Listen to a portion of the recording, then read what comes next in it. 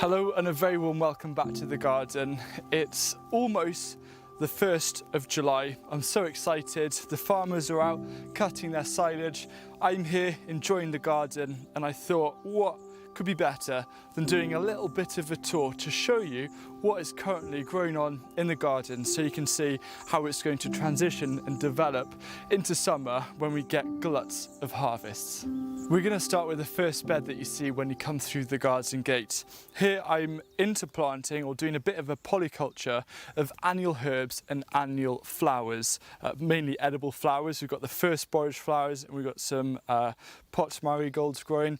I'm really trying to utilise this kind of interplanting of annual herbs and annual flowers just to add some visual interest and to see how they perform together. I've also put in an amaranth, so fingers crossed that's going to turn out well. This wigwam here, I've got runner beans. I'm not doing any A-frames this year. I'm just sticking with a load of wigwams around the garden. I've interplanted some dill with this, got another amaranth, and then here, beetroot. These are bolt hardy beetroots, and I've multi-sown them, and bolt hardy are by far the most consistent variety of beetroot that I grow. In fact, about a month ago this bed was completely empty, so it's really starting to fill up. And then we've got 5 rows of swede that I've been through. These were direct sown, using the direct sowing kind of process, which you can see a video up here. I've been through, thinned them, they're looking great. Then we've got some nigella just to add a little bit of colour as well. And then this is perpetual spinach that I'm not letting it grow to full size. I'm just constantly picking the largest of the leaves and adding them into meals. Then here, this is kind of a prime feature that a lot of you are getting really excited about. Had so many comments about it on the interplanting with runner beans video. This is a wigwam that is kind of more of an archway that my co-worker Sam built, and I absolutely love it. I think it's a real highlight of the garden, and the idea is we're going to be growing, you can already see that these runner beans are growing upwards, and we want this to kind of be covered with runner beans. We can pick them really nicely because they'll be dangling inwards, so harvesting is going to be easy, but also it's going to be quite fun because I might do some videos where I suddenly emerge from the runner bean structure. It's nice to add these elements in terms of space saving as well. If this was a wigwam, you could see the footprint. This whole pathway would be taking up vital kind of productive bed space, but instead, by only focusing on the very edge of the bed, it means that we free up space to grow other things. So on my right I've got a load of dwarf beans here and potatoes, and on my left I'm starting, these are all the leek seedlings. I've got 4 or 5 different varieties of leeks, and you can see this bed behind me here is actually clear. I've kept this clear because I want to put in a load of brassicas, and they're about a couple of weeks away from that stage. Then I've got some more runner beans. This is kind of the sun trap of the garden. You can see we've got some hops, some roses, and then these are some spare dwarf beans that I've planted. Broad beans. These are some spare broad beans that I planted, and they're already doing really well and podding at the base. Now, with bigger plants like this, I don't actually bother weeding them underneath because they're developed to mature. The weeds aren't really going to cause much of an issue, and that's a nice thing not to worry about, to save some time. Then here we've got some Monge 2 that are growing. They're beautiful, kind of red, pink, purple, blue flowers. Not quite as good as sweet peas, but I think you can see where sweet peas come from. These are really starting to grow up this wigwam. This is one of my favourite parts of this year. I saw right in the corner of this bed there were some foxgloves. There's a plant or 2, and it's on its 2nd year. So foxgloves are biennials. They're wild flowers. They're absolutely rampant in this part of Wales. And they just look beautiful. And I thought, I'm just going to leave them in their place and see what happens. And every time I come here, there are always bumblebees going in and out. And this kind of splash of colour, I think, makes it really special. This bed, again, is designated to brassicas. I've got a couple of squash plants in the front there, Then we've planted 3 rows of Aztec broccoli, another thing that I've never grown before, and it looks really interesting.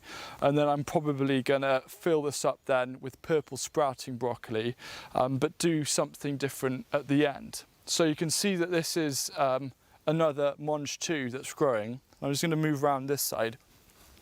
I want to try and adapt a similar thing to what I did in that other bed where I did an interplanting of annual flowers and annual herbs, but I'm just going to do a later one so I can compare how well that works in comparison to an earlier planting. And I just love being able to test and experiment different things so I can see what works best and what I can use then in future growing seasons to help make this garden more productive. One of the things that I love so much about growing food is actually leaving some plants in and to see how they flower or perform in the second year. A prime example are leeks. These are leek seed heads. They're basically like chai flowers but a lot bigger, and the bumblebees absolutely adore them. So what I'm really trying to do is, wherever possible, have reasons and have plants that are going to bring in pollinators, just to make kind of the garden feel more alive whenever I'm here. Now to my left I've got some Shetland black potatoes that I'm growing in this corner of the bed, and the rest of it are squash. So I've put in a load of squash plants right next to me here. This is a jack of all trades, so I'm going pumpkin, and the idea with this is it's going to spread down this pathway. I'm willing to sacrifice part of this pathway for it. I've also got various courgettes and winter squash. Now it's actually been ridiculously dry here in June. I can't actually remember if we've had any rain, perhaps a touch of drizzle, but it hasn't penetrated the ground. So I've planted these using the bowl method, and because they're new into the bed, it's really important that they get lots of water. Squash are really thirsty. So using the bowl method is a right blessing, because we know that when we're watering them, all of the water is getting soaked down into the roots and really helping them on. I just really hope that we're going to get a good soaking of rain some point soon. I can hardly believe it. We've just finished filming the tour of the garden, and I was saying how we've basically had no rain in June. Well, now it's changed. To my right here is our main garlic patch.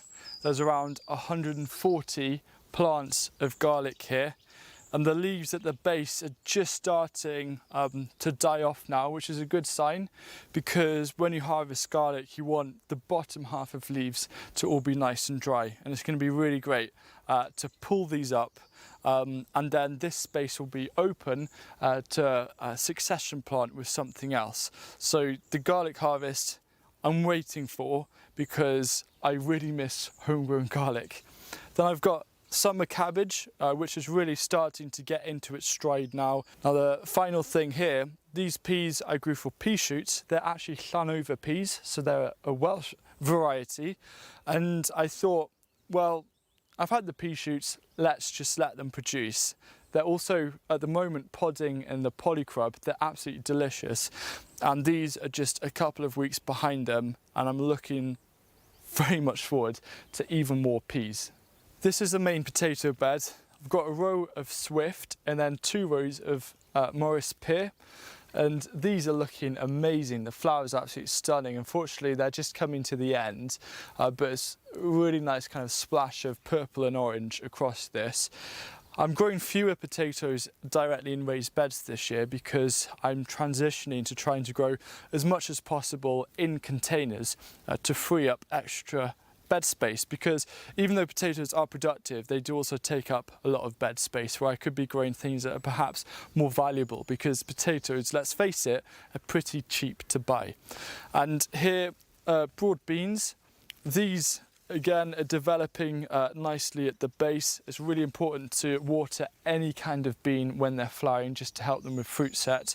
Now what I've noticed is that the black fly have just started attacking the very tips of the beans, so that's a sign for me to now start coming through and picking off the growing shoots, because the black fly are only interested in the young tips. It's a lot easier for them to get the sap.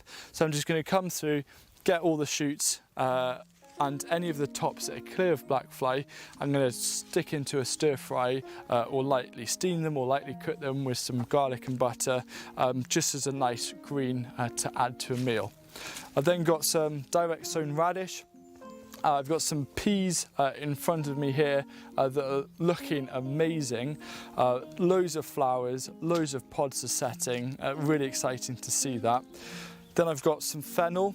This first 2 rows of fennel were grown in modules, and then I did some direct sowing of fennel, and because it was so dry I actually forgot to firstly put a plank over them, and I forgot to water them as much. So they've been a little bit sporadic with the germination, serves me right, but I've plugged those gaps with a bit of extra beetroot because I don't mind. And then finally, just at the top, we've got another borage plant, just to add a bit of colour, and the flowers are an amazing addition to salads, and then 3 spare dwarf beans. At the start of the season, this was the salad bed where I grew all sorts of things like lettuce, spinach, radish. There's still some remnants. These lettuce here are doing really well. The spinach and lettuce in the front are now, they're going over, but I'm letting these grow for the flowers. The spinach flower heads an amazing structure actually in the garden, really striking. And then lettuce flowers are beautiful because they're like tiny little dandelions, but there's hundreds of them on every single plant. I then got just a row of spare onions, some more leeks, and then I've transplanted these dwarf beans. Now these are looking a little sad. The main leaves have kind of turned this weird white colour, but it doesn't look anything like powdery mildew. I'm wondering when I planted them, they've just been stressed out by an excessive amount of sun because they were kind of in the partial shade, and I just moved them right out into a bright sunny position. But what they are doing is showing still signs of growth, and the tops that have appeared are looking nice, green and healthy. So in all honesty, I'm not too worried. This is one of my favourite beds. I've got an A-frame of ambassador peas, a really nice variety that work every single year. These are just coming into flower, so they're behind the Llanover peas, and they're behind the Kelvedon Wonder peas, which grow slightly shorter than these. I've got kohlrabi at the front, purple delicacy. You can see that I've also planted a marigold in the corner. I'm just trying to, wherever possible, in corners, I'm trying to grow as many flowers as possible. There's another marigold here. Then I've got some more beetroot because it's such a staple. And then in the front of me here, I've got a load of kind of bright lights and perpetual spinach, Swiss chard, all mixed together. You can see how nice these leaves are looking, and the stems. And I'm about to start another batch because I'm going to go through and start harvesting these quite intensely, and I'm really looking forward. Today will be the first proper harvest of these, and there is a ton of food right in front of me here. This bed is the main onion bed. They're looking nice and healthy. A couple of them have had flower heads on top, which isn't a good sign, but again, it's because of just the amount of dry weather we've had. It's ridiculous. This bed is really nicely mulched with a good compost, and there's only so much water that organic matter and compost can hold, especially if something is growing. So again, more watering is needed. At the top, I've got dill that is growing, and then some parsley. These are both looking really nice, and then a little cash crop of radish in the front.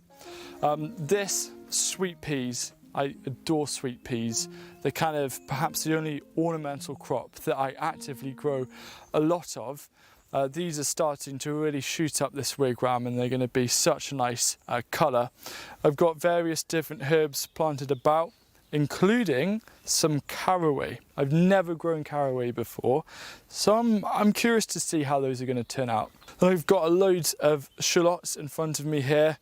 These are going to be perfect. I'm really excited. They're developing well.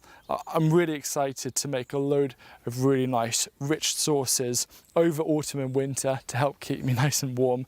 And then in the front, I've got more onions that are kind of interplanted in terms of rows with carrots, and those are really starting to come on well. Behind me here, I've got some blueberry plants that are looking really nice, cropping well, and I can't wait to eat those. Then I've got a little kind of narrow bed here that I just usually dedicate to ornamentals or anything spare. So I've got some garlic in there, but I'm also growing things like lilies for the first ever time, just to see how those cope. Then this is a parsley in its second year. I'm going to let it flower and save the parsley seeds that I can just use in cooking over winter. Got a globe artichoke that's starting to develop, and then this is a main brassica seed bed. All the seedlings are now coming up well. I've already started using some of the Aztec broccoli. I've got everything here from purple sprouting broccoli to 7 different varieties of kale, various different cabbages, Brussels sprouts, the whole entire lot. And then right at the end, some more mange too, because as you can see, I love peas. I did a poll recently on YouTube and I asked, what is your favourite homegrown produce? Is it homegrown tomatoes or is it peas? I was very curious. I thought tomatoes would win like 90%, but turns out it's around 2/3 tomatoes and 1/3 peas. So fair play to peas. I am really happy right now because if there's one highlight at the moment, it's looking at this bed, and amongst all these leaves, I am seeing a lot of red strawberries. Because look at this, just picking tons of strawberries almost everywhere I look in here, and I cannot wait to eat these. Now I am netting these because even though I do agree with sharing some surplus crop with your local wildlife population, I'm sorry, but to the blackbirds, they are not getting any of my precious strawberries. This is the 4x4 foot raised bed. This crop here is amaranth. I've seen other people grow it and it looks amazing with the kind of fiery red seed heads, and I want it. But the great thing about amaranth as well is that these smaller leaves are also edible. They look absolutely stunning, a nice addition to a salad if you want to add some colour. And then on the corner here, I'm growing something else that I haven't grown before, which is spaghetti squash. I've seen Liz Zorab grow these outside in Wales successfully. She says something like 15 to 20 fruits per plant. And so I'm growing a lot of those because they also store pretty well, and spaghetti squash make a really nice salad. Yet another thing that I'm growing that's different this year is not broad beans, but these are field beans. So my local health food shop have their own garden, and last year I saw them grow field beans super successfully. And I've seen a lot of people say that even though they're smaller pods, they're actually a lot more productive than broad beans. So I was like, I have to get in on this. I have to give it a go. So these are looking really nice and healthy. I can't actually see any sign of black fly on this, so it'll be interesting to see the comparison of field beans with dwarf beans. But I've got my hopes up, so I hope I don't get disappointed. Then in the front, just some extra garlic, some golden beetroot have been transplanted, multi-sown. And then here, I've got some celery. I actually brought these as tiny little celery plants, and they're all starting to develop well. I'm actually actively making sure that these are watered well, because if you want a good celery crop, they need a lot of water. You don't want them to dry out. One on the corner got slugged, but it's looking a lot better. Slug damage has been almost non-existent this year. I think kind of helped perhaps by the drier weather, but there is a lot of moisture in a lot of the leaves. So if I was a slug, I'd always just be hiding in kind of the Swiss chard or the lettuce patches, but I just can't see any. So that's a really good thing. And finally, I've got another row of ambassador peas. These are probably 2 or 3 weeks behind the other rows. And then at the corner there, at the end of the bed, I've just done a bit of an experimental polyculture where, again, using any spare seedlings, I'm putting them in, trying different spaces just to see how they each grow with one another. So I've got some broad beans at the end with peas kind of climbing up them. I've got shallots, I've got various different, I've got fennel, lots of different things. And this is kind of my biggest passion in the garden, is just throwing some things together and seeing what happens. My favourite part by far is this grapevine. Now the last 2 years, before this season, it'd been hit by frost, even though it was protected and it had a right setback. But now look at it, it is going all the way to the bottom of the solar tunnel, and my dad is starting to train it back, and we've got loads of grapes developing. So that is a really exciting thing. We're going to do the same in a polycrop, but I'll show you that later on. And then here we've got sweet corn interplanted with dwarf French beans, not runner beans. And then, as you can see, tomatoes. These have just been tied up and they're already starting to have the first flowers. This has been an absolute lifesaver, investing in some IBC tanks, because we're very fortunate to have a stream, and even though the stream has basically run dry, but we keep these topped up whenever we do have some rainfall. And at the moment there's about 4,500 litres of water here. So we have no other form of water. The stream is connected to the spring that we use, and we're not on mains. So water isn't a luxury during prolonged periods of dry weather. Now, one of perhaps my favourite thing to do in the garden, it's a great bit of fun, is to grow runner beans up these IBC tanks. They're effectively ready-made trellises, so it makes perfect sense. Any kind of climbing bean or peas, a great thing to grow up these. So we've got 4 plants here, 2 in each tub, and then we've got some plants over on the other side. And just in a matter of weeks, these are going to be covered, and I cannot wait to share that with you.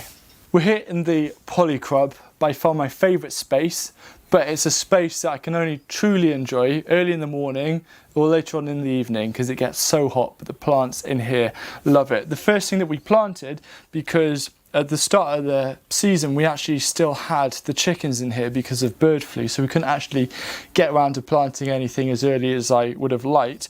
But we did put in these carrots. The prime reason was for making fermented carrot juice as a high calcium liquid feed when watering the tomatoes.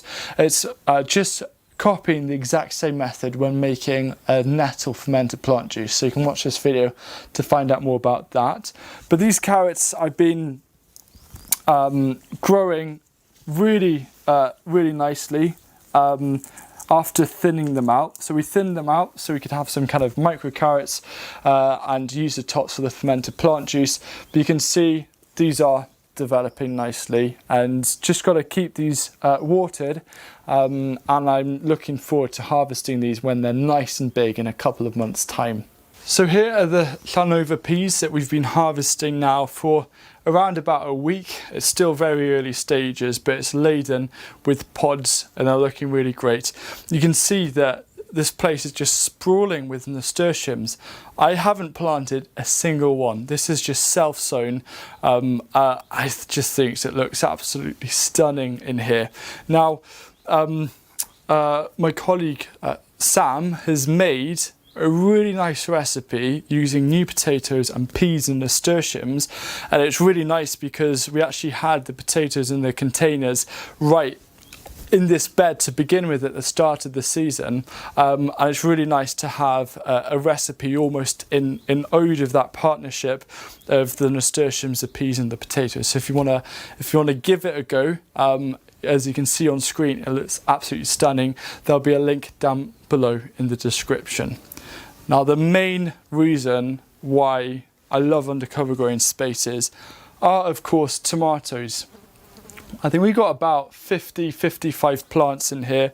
I've just put up the trellis system, which was in the previous video, and they're growing so quickly that I have to come through and do another harvest because the suckers are turning pretty big, you know. That is a big sucker. So that's going to be the job for this afternoon, to come through, prune these and then tie them around more using that kind of spiral staircase method. And yeah, they're going to turn into triffids. They're looking awesome already. So in the far end of the polycrub, we've got a load of cucumbers, and then I'm also growing other things like sweet corn and peppers. And this was the initial herb bed just for those early harvests of dill, coriander, and also chervil. They're starting to go over, as you can see, but I can still harvest from them. And the coriander are just starting to flower, so I'll let those set seed. Then, of course, more tomatoes. These have already been pruned, and these are looking really nice. And then this pyramid structure here started off as 4 cucumbers. The 2 on the end just died instantly, but these 2 are looking really good. I've got to train them up. But it's kind of good that these cucumbers on the end died, because it meant that we had space to put in this grapevine. And hopefully in 8 years' time, or perhaps sooner, the grapevine will have grown all the way down the length of the polycrub and all the way back. And I think that's going to be such a magical feature, to walk in, see tomatoes, see cucumbers, and see just grapes drooping down. So there you have kind of an overview of how the garden is looking. I have to say it's been a really, really weird growing season. April has been super dry. May was super cold, and the whole garden is around 2 or 3 weeks, and in some places 4 weeks behind where it was this time last year. But I can't complain. I'm pleased with the progress.